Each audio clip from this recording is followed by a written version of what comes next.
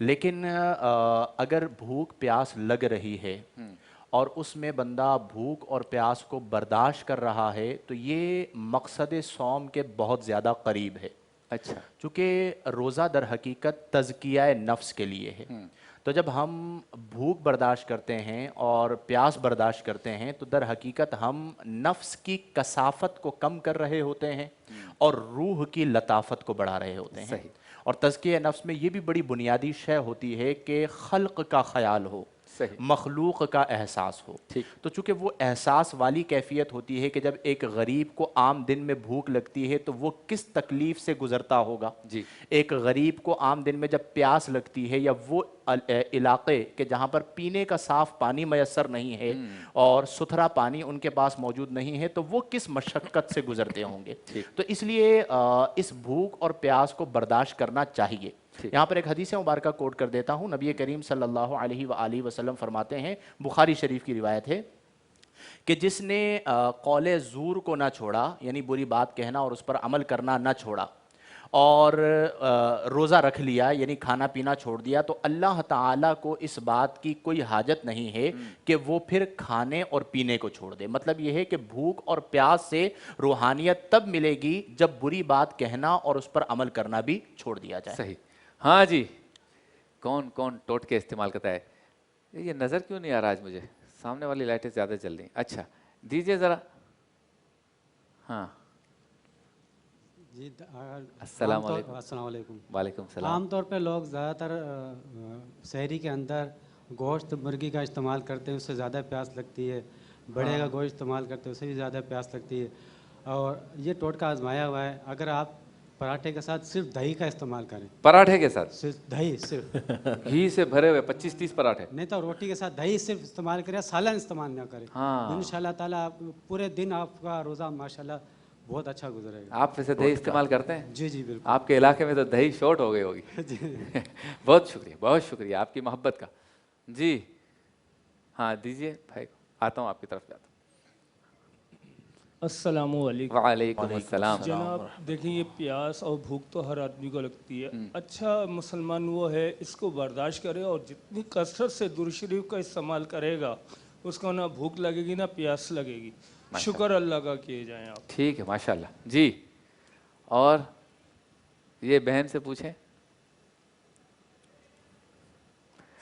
روزے میں اچھا سارے کے سارے لوگ اس چکر میں رہتے ہیں اس کا مطلب. ہاں السلام علیکم. وعلیکم السلام. یہ سحری میں کہتے ہیں کہ نہ کھانے کے, ذرا مائک قریب کر لیجیے. جی سحری میں کہتے ہیں کہ نہ کھانے کے بعد آپ 3 الائچیاں کھا لیں تو آپ کو بھوک نہیں لگے گی. اچھا چوتھی کھائی تو لگے گی؟ نہیں, یہ 3 کی کیا وجہ ہے؟ نہیں اس سے یہ ہوتا ہے پیاس نہیں لگتی. اچھا جی اچھا بہت شکریہ. یہ آگے بھائی کو دیں. جی نارملی تو دہی کا استعمال ہوتا ہے, اور سیکنڈ صبر کے لیے جو ہے نا درود شریف زیادہ بہتر ہے. اچھا ماشاءاللہ کیا بات. ہاں جی اور کوئی کہنا چاہتا ہے؟ ہاں کسی نے ہاتھ ادھر اوپر اٹھایا تھا. ہاں جی جی جی یہ چلیں دے دیں ان کو بھی دے دیں پھر ان سے. ٹھیک کوئی بات. السلام علیکم. وعلیکم السلام. صبر بھائی, صبر بہت بڑی چیز ہے. اگر فالسے کا جوس پیا جائے تو اس سے آپ کو پیاس نہیں لگے گی. شہری میں فالسے کا جوس. اچھا کوئی ڈاکٹر ہے یہاں پر ویسے یا حکیم تو پوچھیں, کنفرم کرے یہ فالسے والی بات ہے. اچھا ایسے موسم میں رمضان آ جائے کہ فالسے نہ ہو تو؟ نہیں, یہ کل پرسوں جو ہے نا میں پروگرام دیکھ رہا تھا اس میں ARY پہ, اس میں یہ سوال آیا تھا. ہاں تو پوچھنا پڑے گا. ٹھیک ہے اب اس وقت تو آپ کی بات بالکل ٹھیک ہے, فالسے کا موسم ہے. ٹھیک ہے نا, بہت شکریہ. جی ان کو دیجیے بھائی. السلام علیکم. وعلیکم السلام. ہمیں زیادہ سے زیادہ کثرت سے درود پاک اور سیکنڈ دہی کا استعمال زیادہ سے زیادہ کرنے چاہیے, سحری میں, افطاری میں, ویسے بھی نارملی سب دنوں میں.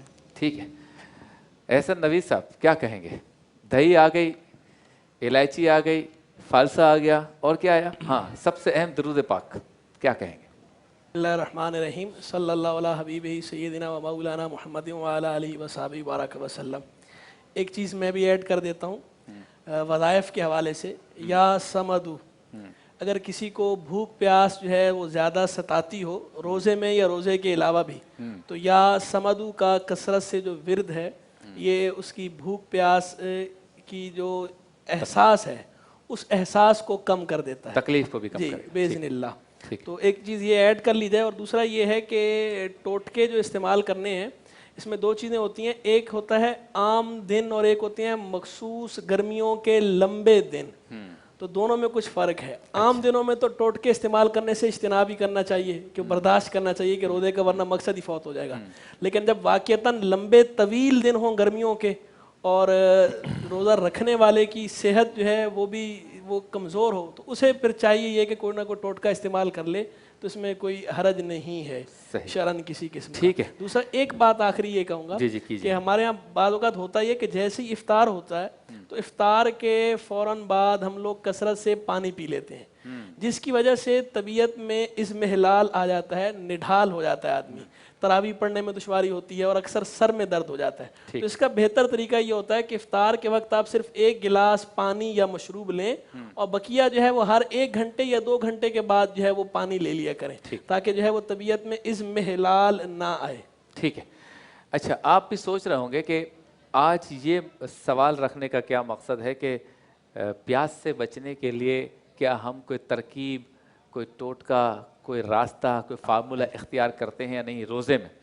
سوال یہ پیش کرنے کی ضرورت اس لیے آن پڑی کہ ہیٹ اسٹروک کی وجہ سے لوگ گھبراتے ہیں بعض، کہ بھائی روزہ رکھیں گے بے ہوش ہو جائیں گے، پچھلے سال ہو گیا تھا، ہاں غشی طاری ہو گئی تھی، اس طرح کی چیزیں آتی ہیں۔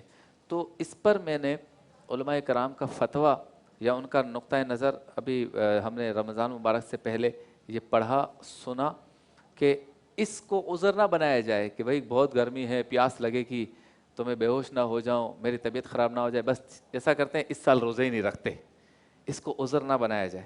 تو اس اعتبار سے جیسے کہ علماء کرام نے فرمایا کہ اگر بندہ کچھ تدبیر اختیار کر لے کہ میرا روزہ بچ جائے، تو میں کھانے پینے میں کچھ احتیاط کر لوں سحر و افطار میں، تو روزہ بچ جائے گا، اور رمضان مبارک کا ایک روزہ ضائع ہو جائے یا چھوڑ دے تو جیسے کہ علماء فرماتے ہیں کہ پھر پورا سال کیا پوری زندگی رکھتا رہے، تو ایسا ثواب، ایسی فضیلت، وہ کیف، وہ سرور، وہ رب کے آگے اس کی قبولیت والا معاملہ نہیں ہو سکتا۔ علامہ کوکب نورانی اوکاڑوی صاحب ہم سب کے پسندیدہ، پاکستان کے مشہور و معروف، بین الاقوامی شہرت یافتہ عالم دین تشریف لا چکے ہیں۔